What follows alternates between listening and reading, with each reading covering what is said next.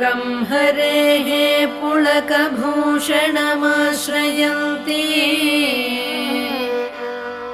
भृङ्गाङ्गनेव मुकुलाभरणं तमालम् अङ्गीकृताखिलविभूतिरपाङ्गलीला माङ्गल्यदास्तु मम मङ्गलदेवतायाः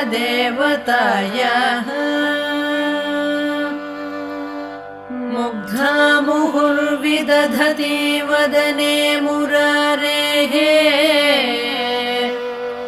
प्रेमत्रपा प्रणिहितानि गतागतानि मालादृशोर्मधुकरीव महोत्पलेया सा मे श्रियं दिशतु सा